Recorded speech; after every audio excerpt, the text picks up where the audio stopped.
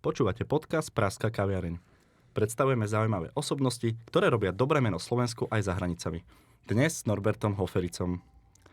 Len málo komu sa podarí stať sa CEO úspešnej firmy ešte pred 30-kou a zároveň dostať spoločnosť na prvú priečku na viacerých medzinárodných trhoch. Milan Kovačič to dokázal a aj vďaka tomu sa v roku 2023 dostal do prestížneho rebríčka Forbes 30 po 30. Aj keď žije napol v Prahe a napol v Berlíne, Slovensko mu rozhodne nie je ľahostajné. Vo voľnom čase tvorí videá, v ktorých upozorňuje na spoločenské nerovnosti, najmä na tému práv LGBTQ+ komunity. Milan, vítaj v štúdiu Magenta Experience Centra. Čauko. To bolo veľmi veľkorysé predstavenie, tak za to veľmi ďakujem. Tak nie si úplne obyčajný človek, keby si bol, tak ťa tu asi nepredstavujeme. My sa snažíme vždycky nejakých ľudí, ktorí robia dobré meno, ktorí sú snaživí, pracovití a samozrejme to Slovensko nejakým spôsobom reprezentuje na diaľku a to ty reprezentuješ. Poďme sa možno dostať k tomu aktuálnemu dianiu a kariére, ktorej sa momentálne venuješ. Aha. Ty si sa od marca stal CEO Liu. V čom má táto aplikácia ľuďom pomôcť a pre koho je určená? No takto.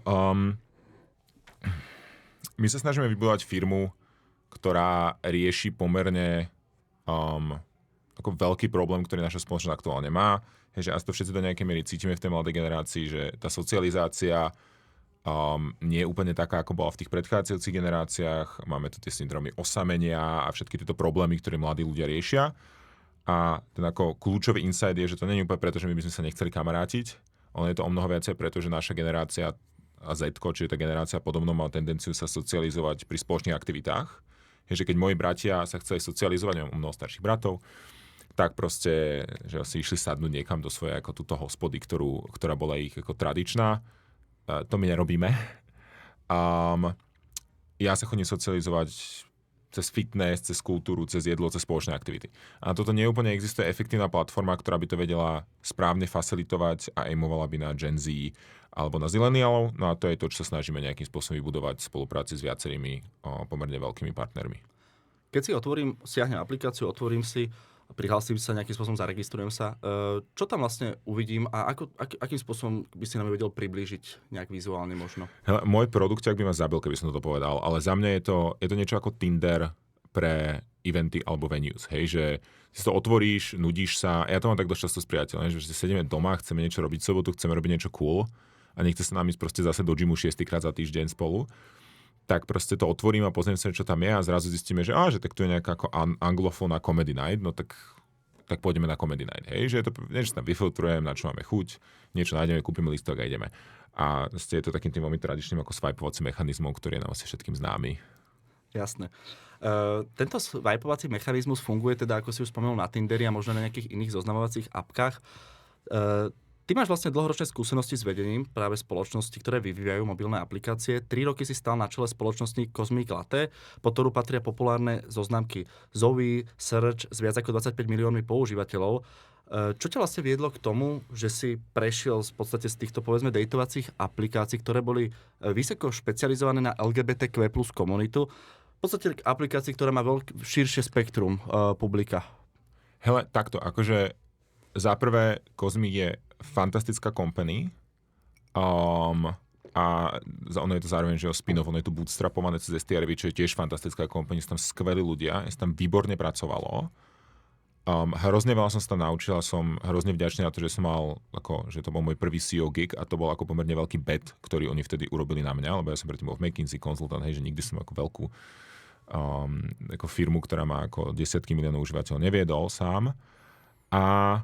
Takže ako super miesto, hej. Akorát ako po 3 rokoch ja som mal pocit, že by som ako chcel vyskúšať niečo iné. Ja som pomerne ambiciózny a chcel som, aby ten môj skillset a ten môj learning curve stále rástol. A Liv má ako pre mňa profesne veľa benefitov, hej, že typicky to má to B2B aspekt, lebo my nielen, že tie ako eventy ponúkame tým užívateľom, ale ich vytvárame na tej druhej strane, takže pracujeme s venues, pracujeme s creatormi, to je jedna vec, B2B. A je to viacero platform, ktoré sa musia do seba nejak zapájať, skrze to, že je to marketplace. Hej, to je druhá vec, ako marketplace je úplne ako... A to nie je úplne iná vec ako dating appky, ako gay dating appky sú tiež technicky ako one-sided marketplace. Hej, máš to marketplace mužov pre mužov, ale toto je ako niekoľkostranný marketplace, takže je to trochu iný challenge. Má to o mnoho komplikovanejšiu cap table, že je tam veľa investorov. Tak som sa chcel ako trošku posunúť na tom, na tom nejakom svojom learning curve, ale bolo to pre mňa ťažké. Ja som akože Kozmiku strašne fandím, je to ako fantastická company, ale chcel som sa asi naučiť niečo ďalšie a chcel som novú challenge. Ale ako doteraz sme kamaráti, ja sa s nimi doteraz rozprávam, stále im akože občas pomôžem, ja som dokonca chodil na ich akože boardy ešte ako niekoľko mesiacov potom, ako už som nepracoval. Bolo to super. Tebe sa koniec koncov podarili nejaké úspechy v tom Kozmiku aj dotiahnuť. Povedzme napríklad dosiahol si akoby viac ako 50% rast tržieb a viac ako 30% rast používateľskej základne. Ktoré akoby kľúčové zmeny si zaviedol, keď si tam prišiel ako CEO, ako nový CEO? Takto no. Jednak teda akože k tým číslám, áno, že ja som preberal Kozmik vlastne ako potom, ako končil COVID. Čiže ako COVID paradoxne bol ako golden time pre všetky dejtovacie aplikácie, lebo ľudia nemôžu zvon, hej, takže všetko to, čo sa deje v baroch a na party sa ako koncentrovalo online.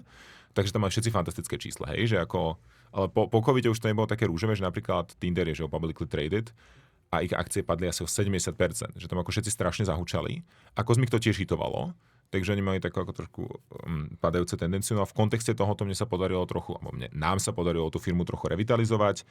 Trošku sme ako prekopali marketing, establishli sme on-site marketing team, to nejakým spôsobom pomohlo tomu rastu tých užívateľov a začali sme sa viacej fokusovať na bohaté azijské krajiny, stali sme sa jednotkou na Tajvane, v Japonsku, v Kórei s niektorými tými appkami, ktoré boli v tom portfóliu. Do nejakej miery sme sa snažili, to bol asi ten najväčší clash, že hodne sa ako menila kultúra tej company, stali sme sa hodne meritokraticky, hodne data-driven. Ale to bol taký ako trošku clash kultúr, hej, že keď ako prídeš z McKinsey, kde sa proste furt pracuje, všetko sú dáta, do company, ktorá je hodne startupová, tak si tak akože, taký ako zaujímavý sociálny experiment, ale dopadlo to dobre. A vy ste sa špecializovali viac, povedzme, ako si spomenula to Japonsko, Tajvan, povedzme, akoby na tú Áziu, alebo aj na Európu, akoby? Lebo ja sa priznám, ja poznám Tinder, poznám teda aj Grindr, ktorý si tu už asi spomenul tiež, ale tieto aplikácie úplne neboli pre mňa, ako, že by som mal o nich že by som o tom nejakým spôsobom vedel. Možno som počul, ale nikdy som ich nepoužíval. Chápem. Takže kde bola tá vaša špecializácia? Európa nebola, tobožne Česká republika nebola ako veľký trh. Mm-hmm. Veľký trh bola, že Amerika a potom ako také spojenie tých ako, bohatých azijských marketov s tým, že ako Amerika je hrozne kompetitívna, tam sme jednotka neboli, ani jedna z tých apiek. Zatiaľ, čo ako v Ázii, napríklad na tom lesbickom trhu, tak ako Japonsko, Kórea, tam sme, ako keď sme odchádzali, tak sme tam boli jednotka, asi ešte stále sú. Mm-hmm. Čiže tam skrze to, že tam bola ako nižšia kompetitivita, tak sa nám tam ako podarilo celkom efektívne uspieť. A tam sme boli featurovaní aj v nejakých filmoch a darilo sa nám tam mať ako presence na nejakých ako LGBTQ eventoch a podobne. To bolo občas celkom zaujímavé, keď si ako v Prahe pozerá na tie fotky, ako tam proste tie logá tej Zoe, to bola tá LGBTQ aplikácia, tam proste držia tie akože azijské slečny alebo chalani z komunity na nejakých proste pool parties, ktoré sa dejú tisíce kilometrov od teba. A no, to bol príjemný pocit. Spomínal si McKinsey, jedna z najprestížnejších konzultačných spoločností na svete, dovolím si to takto povedať.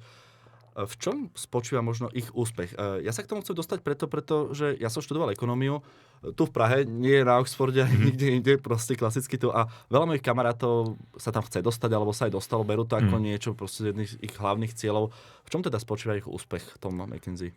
No tak to je ako billion dollar question, nie? Ale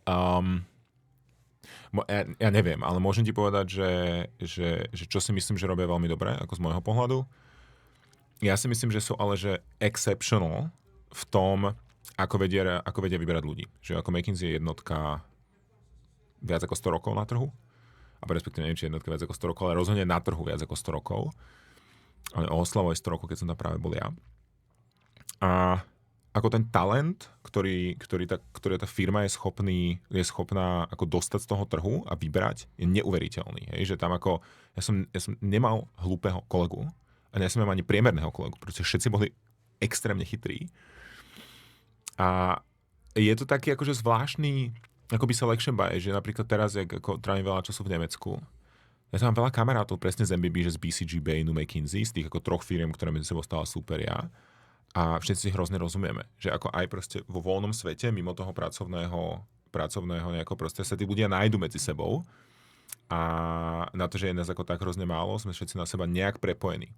Pretože sme veľmi, veľmi podobné typy a to podľa mňa z tej spoločnosti robí ako veľmi úspešnú úspešné miesto, že tam ako tam všetko fungovalo. Som si v živote nezažil. Tam proste nebolo čo optimalizovať, lebo keď tam niečo nefungovalo, tak sa toho chytilo 5 ľudí a zrazu to fungovalo. Typu, že aké jedlo je v chladničke, to proste, keď to nefungovalo, tak došiel nejaký PM, chytil sa toho a akože zoptimalizoval sme to. Čiže za mňa ako talent. Neuveriteľný talent je v tej Čiže majú spoločnosti. ten nábor vlastne tých ľudí, že dokážu vycítiť a majú asi na to nejakú svoju metodiku, koho teda vybrať. A... No ja netuším, ako to robia, ale ako robia to fakt dobre. Ono je zaujímavé, keď ja si idem tu na večer zacvičiť, tak však tu je vlastne pobočka.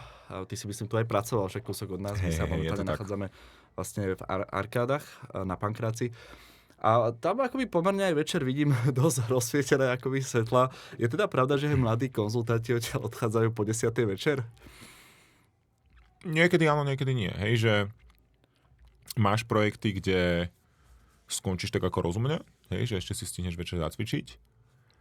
A mal som projekty, kde som proste robil do jednej, do druhej, lebo bolo treba. Akože takto, že asi sa nikto netvári, že ten lifestyle v McKinsey a v PCG a v PN, proste v konzultingu, v tých ako akcelerovaných, že neviem, proste Freshfields, že je proste najlepšia, alebo jedna z najlepších právnických spoločností na svete. Ja som mal kamaráta blízkeho, ktorý tam robil v Nemecku, tak tam tiež robia, tam dokonca robia víkendy. Takže áno, ten lifestyle je ako drsný, lebo tak ako vieš, že robíš so CEOs z veľkých spoločností, to nie sú ľudia, ktorí robia ako 9 to 5, hej, že to sú ľudia, ktorí robia stále a ty robíš s nimi, no tak sa musíš prispôsobiť ich kultúre. Ale je to project by project, hej, a že ako áno, je to také trošku work hard, play hard, ale nebolo akože nezvyklé si dať pauzu, hej, že proste keď si mal strašne zlý projekt, no tak si potom išiel na mesiac na Tenerife. Akože si pracoval odtiaľ, alebo si oddychnúť práve? Nie, že? proste dal si ako sabatikál na mesiac jasné. a išiel sa tak zregenerovať a potom som zobral ďalší projekt. Niektorí ľudia to robili tak, niektorí makali stále, proste bolo to veľmi individuálne. Ale ako áno, pracuje sa veľa, ale to proste dostaneš ako ten trade-off toho, že sa ako fakt učíš od proste ako crème de la crème toho biznis sveta. Oni asi predpokladám aj v McKinsey určite pozerajú okrem aj toho samotného talentu aj akú univerzitu človek vyštudoval a to zahraničie hrá asi nejakú rolu.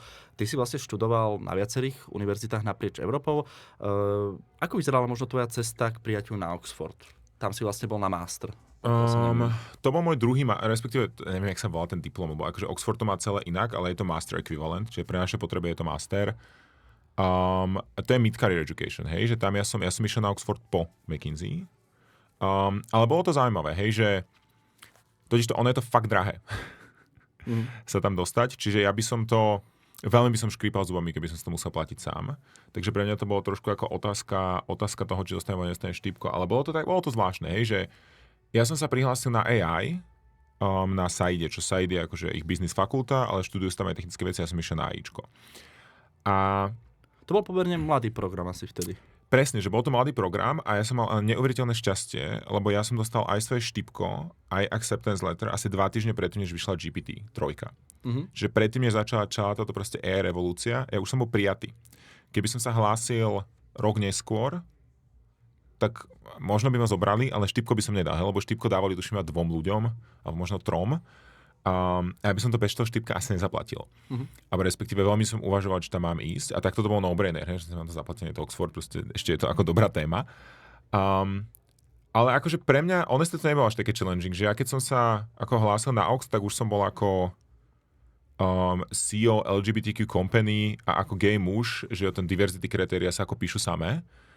A mal som dosť dobrú story za sebou a mal som aj celkom dobré GMAT score, že som bol nejaký v top 8% GMAT takers.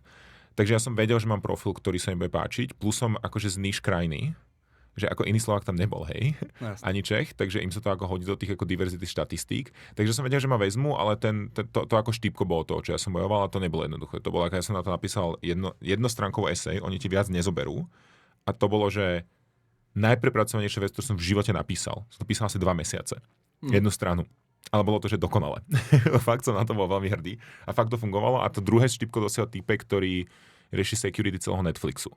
Že ako fakt som bol ako in good company v tom ako Dean stipendium. Že tam vlastne aj ten network medzi tými ľuďmi spraví veľa, že vlastne sa už potom nejakým spôsobom komunikujete v tom kariérnom svete, čo nové, boli viete super. Si povedať, kde sú nejaké miesta, takže tam asi to veľa spraví. Že no máš tam lídrov od Nového Zélandu až po Ameriku. Hovorím, že tak ako toto bol týpek, ktorý on mal Harvard, Yale išiel si urobiť Oxford, robil predtým CIA a teraz robil ako security pre celý Netflix, že ten bol ako fakt nadúpaný a akože super kamoš. A ja sa s ním doteraz stretám, že teraz som mal napríklad aj na konferencie v Nemecku, narazil tam do týpka, ktorý teraz ako rejzuje milióny dolárov na nejaký svoj AI projekt, s ktorým som chodil do tredy. Jo. Tiež super chalan. A tuším, že jediný, ktorý bol odo mňa mladší. A čo také, keďže to bol mladý program, čo ste tam možno také, ja viem, že asi je ťažké rozobrať nejaké programy, ale čo ste sa tam vlastne učili a keby si to možno porovnal, povedzme s Karlovkou, kde si študoval IT predtým, čo bolo také kľúčové zmeny pre teba vlastne v rámci tohto štúdia? Hele, to sa asi nedá úplne porovnať, hej, že ako matfis bol zaprvé bakalár a bol fantastický v tom, že ja som tam mal akože strašne veľa matiky, ja som sa 5 matematik v prvom ročníku. A ja som tú matiku nevedel, než som tam išiel. Hej. Čiže to ti proste preprogramuje mozog do úplne iného myslenia. Že ja som ešte do toho aj academic speaker, som debatér, svojho času pomerne dobrý, ale ja som stal reálne dobrý, akože som stal špička v Česku a na Slovensku, až potom, ako som mal za sebou nejakých pár semestrov matfizu. Že ten ako brain boost, ktorý ja som mal po skúšku, bol neuveriteľný. Že som vedel ako premýšľať 10-krát rýchlejšie, ako keď som bol v semestri. Že fakt sa ten mozog ako vymakal. Mm-hmm. Ale akože z hľadiska toho, že mi to dal ako nejakú prestíž alebo boost to the career, nie. Hej. On mi proste dal hard skill premýšľania a ako rozumenia algoritmov, rozumenia matiky a trošičku programovania, aj keď ja teda ako vôbec už nekodím, hej, ale môj prvý job bol napríklad kodenie. A čo Oxford bol o niečom úplne inom, hej, že to je ako mid-career leadership, tam boli všetci, hej, že tam boli proste vysoko postavení ľudia z Amazonu, z Google, odšadiaľ možné.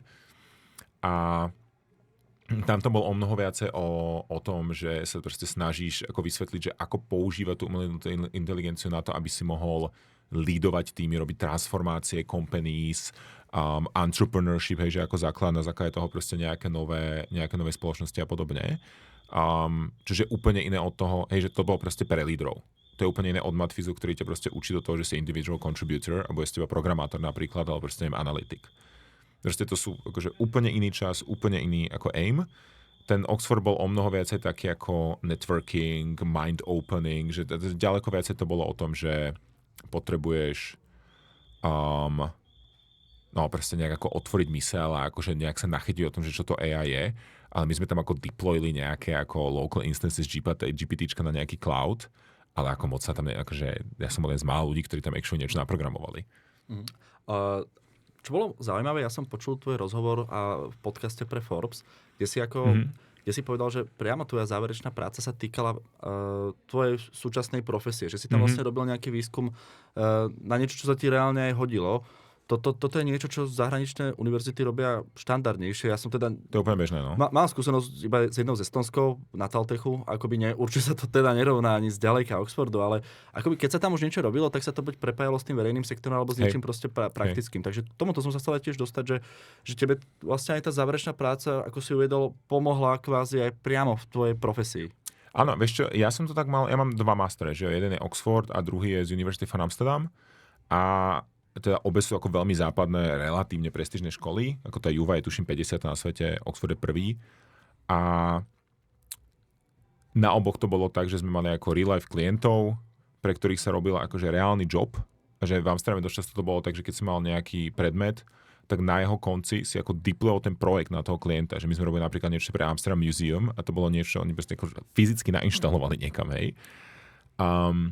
Čiže, a na Oxforde to bolo podobne, akorát tam som to robil pre svoju vlastnú company, no tak lebo som mal company, čo som mal na starost, tak to nebudem robiť pre nejakého iného klienta, keď to môžem robiť pre seba. A reálne to malo ako benefit, že my sme tam naimplementovali nejakú neurónovú sieť, ktorá moderovala nevhodný obsah na tých apkách, čiže ako pomerne bežné, že tam proste ľudia postia, neviem, ako nahé fotky alebo niečo také a to ti nedovolí App Store. No, tak sme proste mali neurónovú sieť, ktorá to odtiaľ ako stiahovala namiesto toho, aby to ľudia manuálne pozerali. Čiže vlastne ušetríš práce niekoľko proste hodín tým ľuďom a aj akože aj niekoľko FT-čok ušetríš, no. A môžeš potom, tí ľudia môžu robiť niečo zmysluplnejšie pre nich a nie sa pozerať celý ako deň na núc. Keď sme veľmi dobre, teraz premostím k ďalšej otázke. Bavili sme sa teraz o tom AI, bavili sme sa vlastne o tom, ako dokáže perfektne ušetriť prácu a ty môžeš dať zmysluplnejšie vlastne tú prácu tým ľuďom, ktorí nemusia už robiť nejaké manuálne a automatizované procesy alebo procesy, ktoré sa dajú automatizovať. Čo momentálne všímame si, aký aktuálny trend sledujeme, tak akoby zaniká mnoho takých juniorských a povedzme stážistických miest, pretože sa to všetko dá robiť vlastne cez tú umelú inteligenciu, veľa tých dát to dokáže nájsť a podobne. Ako by si ty teda možno doporučil mladým ľuďom, na čo sa majú zamerať, aj čo sa týka štúdia, aby ostali konkurencieschopní na trhu práce? Neviem. Ani akože honestly nikto nevie. Že ja si myslím, že ako môžem ti povedať, na čo stavujem ja, a možno sa z toho bude dať niečo odvodiť. Ako neviem, čo by som robil, keby som teraz bol junior programmer. Ako asi by som z toho nebol nadšený práve. Ale čo optimalizujem ja, je network. Pretože ako nech je AIčko akokoľvek silné, tak nikdy nebude mať akože osobný vzťah s tými decision makerami. Hej? Že ja keď ako presvedčím pár desiatok lídrov v Európe alebo na svete o tom, že ja som ten človek, s ktorým chcú pracovať, tak je to win. Hej? A to je podľa mňa ako že takto v mojej branži vzťahy boli vždycky hrozne dôležité. Network je 50%, 50% môjho úspechu. A myslím si, že sa to stáva ešte dôležitejšie, že v momente, keď je ako veľa tých hard skillov, typu proste programovanie alebo aj design, whatever, začínajú nebyť ako dobrá diferenciácia, pretože sa to stáva komodita, AIčko to vie urobiť rýchlejšie, alebo akože ono asi nevie urobiť všetko, ale vie urobiť dostatočne veľa na to, aby tých ľudí bolo treba menej, takže tá konkurencia je o mnoho vyššia. Tak za mňa ten ako differentiator toho, že poznáš tých ľudí, ktorí robia tie rozhodnutie o tom, koho budú hajrovať, alebo proste, neviem, dokonca investujú desiatky miliónov eur, alebo proste, že každý má na svojom grade niekoho, koho potrebuje poznať, je podľa mňa veľmi dobrá diferenciácia a ja optimalizujem na to, ako na svoj osobný brand a na to, aby som poznal tých správnych ľudí, kde viem ja teda pridať tú najväčšiu hodnotu. Myslím si, že čo som rozhodne prestal robiť je ako optimalizovať na nejaké hard skilly. Hej, že proste ešte 3-4 roky dozadu som bol taký, že možno by bol fajn, keby som naučil Python, lebo ja dosť robím s dátami, aj ako CEO, ja proste ako zaujíma, že čo nám z tej apky padá a chcem si proste vedieť napísať ako vlastnú query a sprocesovať to a napísať si vlastnú pipeline a podobne. A to už by som sa fakt neobťažoval robiť. Že do hard skillu by som ako veľmi som zvážil, že či investovať do hard skillu, a keď tak to musí byť ako dobrá níž vec, ktorá bude vždycky potrebná na trhu. Keby sme to už tak v jednoduchosti povedali, tak možno zamerať sa viac na tie soft skills ako hard skills? No, neviem úplne, že či by som sa... podľa mňa máš veľmi ako širokú definíciu soft skillu. Že podľa mňa ako network, to nie je soft skill, to je asset. Hej, že soft skill je schopnosť pekne rozprávať a neviem, robiť pekné slidy a ako, oni sú dôležité, hej, ale že ako ten network je vyložený asset, hej, že že fame napríklad je tiež asset. To by som ako netvrdil, že ako nevyhnutne soft skill. Je to ako produkt asi nejakého soft skillu, no. Ale ako tvrdenie, že soft skills budú ako winning strategy, je podľa mňa, že to by som asi netvrdil. Hej, že buď to máš ako niche expertízu, ktorá sa nedá nahradiť AIčkom, a ideálne to kombinuješ, že keď chceš nejaký hard skill, tak toto, hej, že mám napríklad kamaráta, ktorý robí fantasticky programuje sound vo webových prehliadačoch, hej, že to vie robiť ako pár ľudí, tak ten je asi v pohode. Hej. A potom mám ľudí, ktorí majú ako neuveriteľný network, a vždycky od nich chcú 2-3 ľudia paralelne, aby s nimi pracovali, tak tí sú tiež v pohode. Hej, že, a toto mi príde, že sú tie ako dve strategies, ktoré ja som tak nejak ako pozoroval, že ľuďom fungujú dobre. Poďme sa teraz presunúť od umelej inteligencie k tej ľudskej, ktorá niekedy môže hlavne na Slovensku byť až vtipná a možno až niekedy do plaču. Poďme k nejakým aktuálnemu dianiu alebo nejakým posledným zmenám. Slovenská vláda nedávno presadila ústavný zákon o 2 pohlaviach. Čo to podľa teba znamená pre LGBTQ plus komunitu? A aký to môže mať dopad na bežných občanov? Majú sa teraz nejak tešiť? Alebo čo to teda znamená pre... Nie, no tak pozri sa. Slovensko je pomerne konzervatívna krajina. Hej?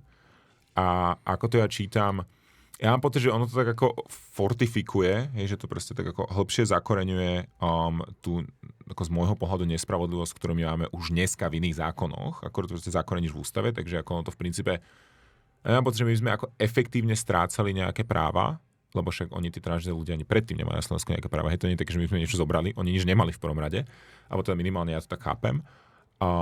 Nie, že by som na to bol nejaký expert. Mám pocit, že to ako fortifikuje ten problém, ale zároveň je to podľa mňa tak ako trošku špinavá hra, hej, že my máme na Slovensku strašný problém. Hej, že tak konsoliduješ, máš obrovské daňové zaťaženie, však mne tam chodia kamaráti z Nemecka do Spískenovej Vsi, lebo my tam máme ako dom kúsoček odtiaľ a sťažujú sa mi, že aký drahý Kampfland. Hej, že mne môj priateľ, keď došiel do Kampflandu v Spískenovej Vsi, ste rodený Štutgarčan žijúci v Berlíne, tak sa mi sťažuje, že je tam draho. Ja som taký, že počujeme, tu ľudia zarobia 800 eur. Hej, a ono je to fakt drahšie v Brne. Moja mama ma došla pozrieť na Vianoce do Berlína a odtedy mi opakuje, že z Lidla budem nosiť čokolády, lebo sú lacnejšie. A to ona vie, hej, že moja mama 70 rokov, dôchodkyňa, ona skutočne vie, že čo je lacnejšie. A do tejto reality, v ktorej my konsolidujeme hrozne vysoké dane, to spôsobuje to, že máme ako pomerne zlú životnú úroveň, máme relatívne nízke platy.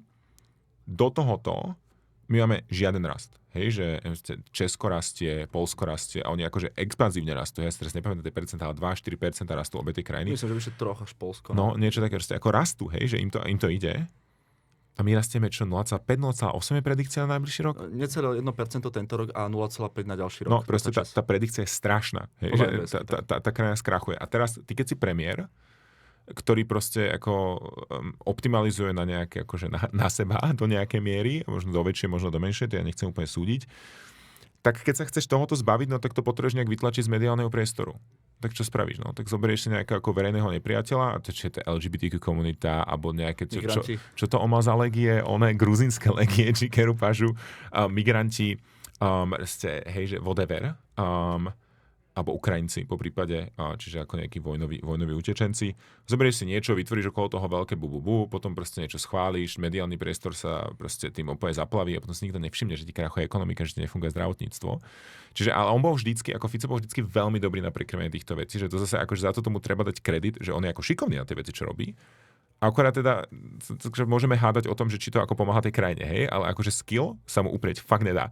A toto bol akože veľmi elegantný spôsob, ako to urobiť a ešte tým akože trošku ako ublížil KDH a to už nehovorím o tom, že tam proste nejakým zázrakom dostal 2 hlasy od Matoviča, čož ako nikto nepochopil. Ale to rozhodne to ako stalo pri nejakých podobných hlasovaniach. Áno, to som aj ja zaregistroval. Rozhodne to nepomohlo tej opozícii a jej celistvosti. Hej, že ako takže politicky kudos, ako pekný ťah. Pre Slovensko to asi ako není úplne dobré, ale ja by som akože jeden problém v tom, že sa konzervujú tie konzervatívne veci a whatever, je to konzervatívna krajina, hej, že dobre, no tak keď sa mi to nepáči, tak žijem v Nemecku. Je to whatever. Ale to, že tam neriešime tú ekonomiku a riešime toto, s tým ako reálny problém mám, hej, lebo tak ako moja mama tam žije, veľká časť mojej rodiny tam žije a oni proste ako musia z niečoho prežiť, je tam akože zlá životná úroveň. My sme mali voliť o tomto, že ak sa tam reálne žije, nie na tom, že koho to zaujíma, bože môj. Oni v tomto prekryvaní, súhlasne s tebou, sú dobrí. Môžeme si povedať príklad, keď vlastne bol prepustený vtedy bývalý špeciálny prokurátor Dušan Kovač, dúfam, že to nepoviem teraz zle, Dušan Kovačík, lebo si to povedali vlastne s tvojím priezviskom. Keď bol vlastne prepustený, tak oni vtedy odvolávali vlastne Šimečku z miesta pod parlamentu. Takže oni vlastne vždy nejakú tú tému nájdu, potom pri konsolidácii sa zase pustili do jeho mamy a tak, takže vždy sa tam snažia proste nejaké to buď zautočia na opozíciu, alebo dajú nejakú takúto tému, ktorá je možno v rozpore s občanmi a sú tam nejaké také tie tábory vlastne, ktoré majú nejaký svoj názor. A však nerobia to, a to nie je ani unikátne, pozri sa na Trumpa, nie? Však on má shutdown state. Americká vláda má zavretý štát. Oni proste fungujú nemajú peniaze, fungujú na ako v krízovom móde a o tom sa nikto nerozpráva, pretože Trump je schopný každý deň urobiť nejakú vec, ktorá proste, hej, že budem ranovať tretíkrát, hej, čo je v strašnom rozpore z ich ústava. Furt ako produkuje nejaké témy, ktoré ako nedovolia potom tým ako voličom sa zaoberať tými skutočnými vecami, pokiaľ nie si proste ten akože intelektuál, ktorý to skutočne sleduje, tak sa k tebe aj nedostane. Pretože ako tie médiá sledujú tie clickbaity a rovnako takto funguje aj u nás. Za mňa, akože ja mám na toto ako veľmi taký ako cynický názor. Podľa mňa, lebo na Slovensku prevláda taká tá ideológia, že pozri sa, čo nám tí politici robia, a sa robíme my. Akože tak nám tá ekonomika nekrachuje kvôli Ficovi, nám tá ekonomika krachuje kvôli tomu, že sme hlupí a volíme si politikov tak, ako si ich volíme. Hej, že akože v momente, keď posielame Milana Mazureka do Európskeho parlamentu, tak akože, čo čakáš, čo sa stane v tej krajine? Hej, že ako tí ľudia potrebujú step upnúť, že to sa nedie nám, to si robíme my sami, hej, že sa proste porežeš na jednej ruke a potom sa čuduje, že krvácaš. No tak ja neviem, však si to spravil sám. Ono je toto problém, že aj vlastne mladí ľudia utekajú strašný brain drain. Ten brain drain je. Ja nechcem furt riešiť akoby tú LGBTQ komunitu, ale tým, že vlastne, povedzme, ty si aj akoby aktivista na svojich sociálnych sieťach k tomu a Snažím sa, no. snaží sa občas poukázať na to, že my nemáme ani registrované partnerstvá na Slovensku, Nemáme, čo patríme medzi posledných 5 krajín Európskej únie, ktoré to nemajú. Ja som bol teraz nedávno v Montenegru na výlete, aj tam to majú a tí sú nie ani členovia, samozrejme. Nie, kamošek, to už je všade. Takže akoby, že tam naozaj, že aspoň nejaký ten taký prvý krok, ktorý nikomu neuškodí, aby tí ľudia neodchádzali, lebo vlastne je to v záujme aj tej krajiny. Ja neviem ako ty, ale ja poznám veľmi veľa talentovaných ľudí práve z tejto komunity a to nie je len o tom, že tí ľudia Všetci si dobre odišli. žijú, ale to sú aj nejaké akoby odvody, to sú aj nejaké daňové výnosy pre štát a to sú aj nejaké vlastne verejné financie, ktoré tým, že tá Gen Z akoby narastá podľa tých štatistík, že kedysi bola členom LGBT komunity 4% ľudí podľa spoločnosti americkej Gallup, medzi mileniálmi 10% a teraz vlastne už medzi 20. Gen Z vyše 20. Takže vlastne akoby toto môže mať nejaké ekonomické dopady pre bežných ľudí, aj pre tých, čo práve dúpu po nich a kritizujú. Áno, no nehovoriac o tom, že vyrastať v takej spoločnosti ti ako uvarí dosť ako kritickú traumu. O čom by sme sa tiež asi vedeli porozprávať. Ale pozri sa, v konečnom dôsledku ten politik neoptimalizuje na to, aby sa tam tebe žilo dobre. Ten politik optimalizuje na to, aby ho znovu zvolili. A tá winning strategy na tom Slovensku ju znení ako robiť liberálne reformy, ktoré pomáhajú minoritám. A očividne to není ani proste prekopať zdravotníctvo, robiť veľké ekonomické, vzdelávacie, neviem aké iné reformy. Tá winning strategy je proste nadávať na imigrantov a na LGBT komunitu.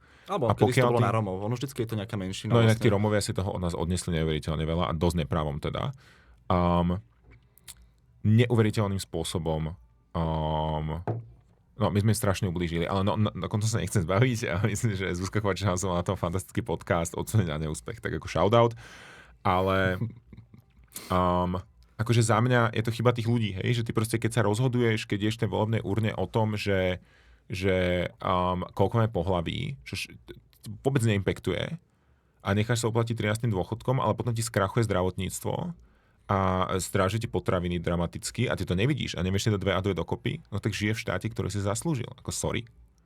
Hej, že za mňa, a mimochodom vieš, že tí ľudia, ktorí odchádzajú z toho Slovenska, to nie sú Ficovi voliči. To, že oni odchádzajú, ako to jemu nevadí. To je v pohode. Že ako v rámci toho, ako je tá hra setupovaná, akože on to hrá relatívne skillfully, hej? Ten problém je v tom, že my mu to dovolíme.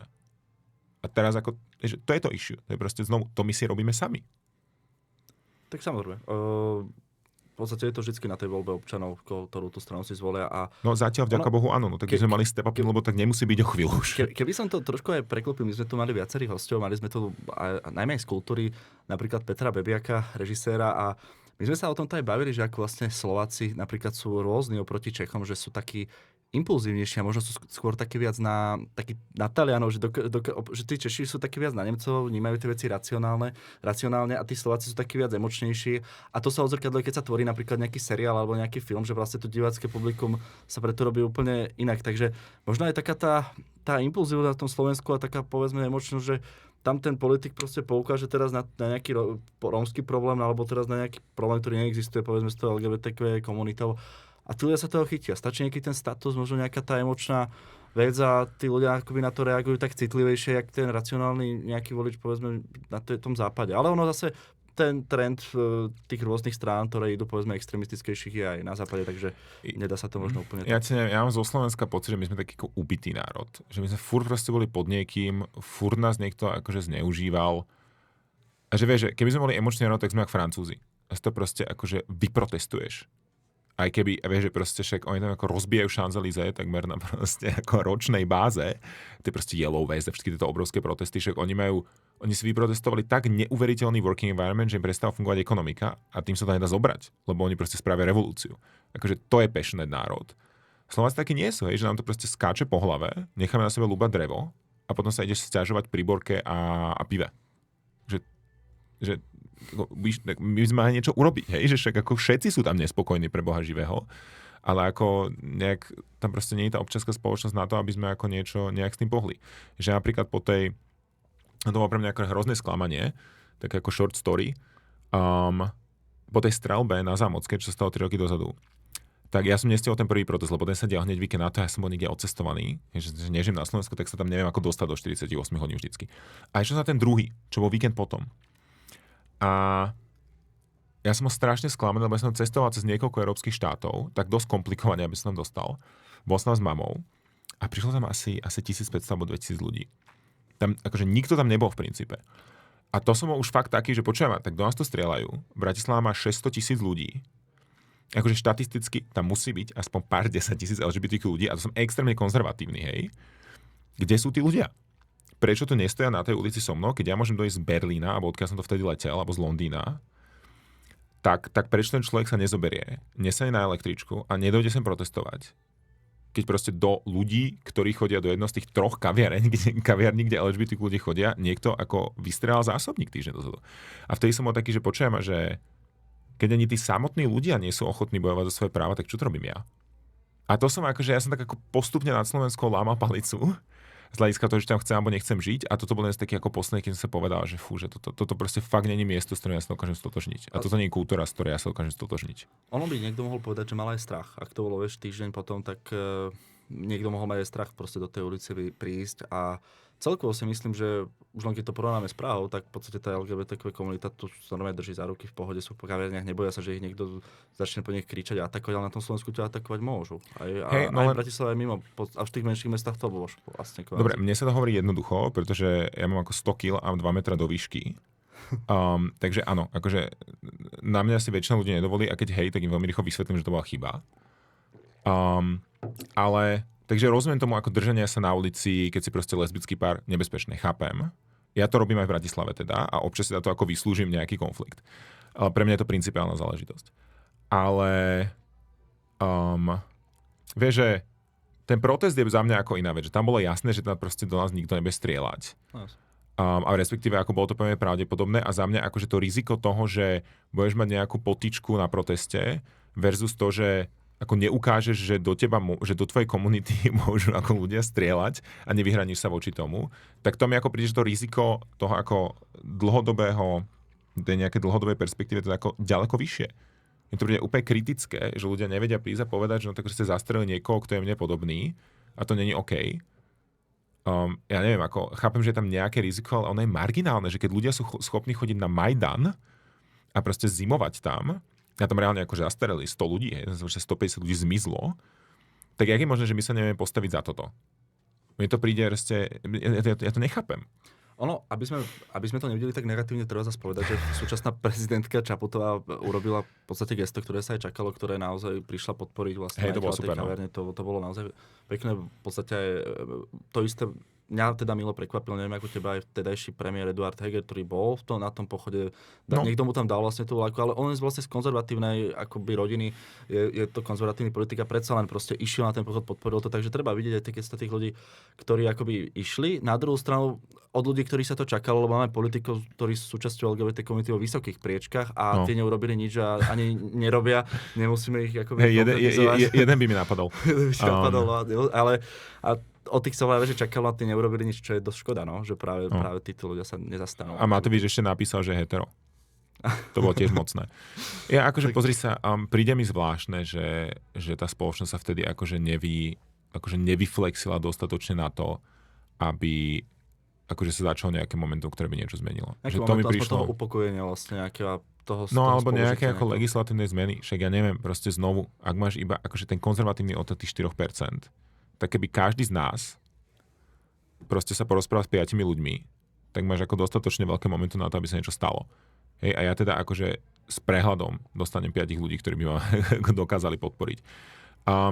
Neviem, ja akože pocitujem takéto sklamanie z toho, že tá kultúra sa nevie za seba postaviť, že sa nevie postaviť za svoje práva v rámci tej LGBTQ komunity, že sa nevie postaviť za to, že proste tu máme ako nejakú garnitúru, ktorá nás to ako v princípe zdiera a buduje nám ako nefunkčný štát pre nás, pre naše deti, pre našich rodičov. Že tam je ako pocitujem značnú frustráciu. To je asi vidieť aj na tých mojich sociálnych médiách, že je to tak ako, a to nie som jediný, hej, taký ako smiech cez slzy. To si myslím, že je taký ako takmer až modus operandi tých ako ľudí, ktorí sú súčasťou tej slovenskej diaspory. Poďme teraz k záverečnej téme.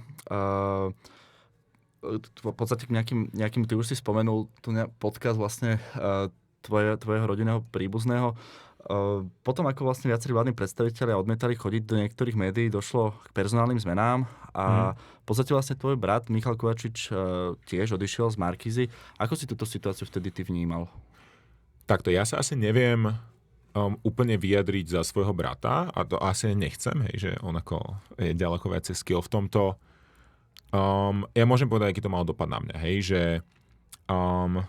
akože pochopiteľne, že môj vzťah so Slovenskom to nejak ako veľmi nerevitalizovalo, hej, že jeden problém v tom, že ja som ako cítil nejakú formu krivdy, lebo ja som to vnímal tak, že on robí ako dobrú robotu. My sme samozrejme všetci pyšní v rodine. A prišlo mi, že je to škoda, že ako ten mediálny priestor príde o niečo takéto. Že to bola ako moja prvá vec. Druhá vec je to, že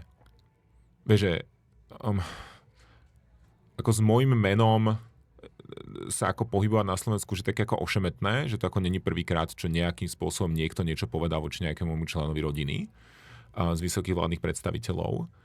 A vtedy to tak ako dosť vybustovalo, ale si pamätám, že ja som vtedy niekedy bol v Bratislave a tam veľmi nechodím. A vtedy som tam proste nejaký týždeň trávil kvôli nejakému biznisu. A tam ako hodne veľa ľudí ako zastavilo, že počuj, že tvoj brat, neviem čo, A taký som z toho bol akože nespokojný, že čo proste nejaká vláda tu sa ako naváža do mojej rodiny, ty vole. No a tak teraz ako tá 360 vyzerá, že ide dobre. Oni ako robia dobrú robotu. Ja som tam na začiatku trojičku niečo ako pomáhal s nejakým ako biznis plánom, čo spolu zavoláme, takže ja do toho ako reálne vidím, že ak tá firma ide. A akože je to startup, hej, čiže pochopiteľne ako it's tough. Ale zatiaľ to vyzerá tak, že to ako nejak udržia, že do toho mediálneho priestoru ako nakoniec pridajú niečo, čo ako snáď v tom ako videovom formáte bude dobré. Takže ako by som vlastne možno ako kolom to tomu Slovensku možno ešte aj prospeje. A týmto by som to možno aj nejakým spôsobom uzavrel. Milan, ďakujem veľmi pekne, že si našiel čas a prajem ti teda veľa úspechov aj v tvojom ďalšom živote. A ďakujem veľmi pekne ešte raz, Milan. Ja ďakujem, že si ty našiel, že si ma pozval a bolo mi cťou.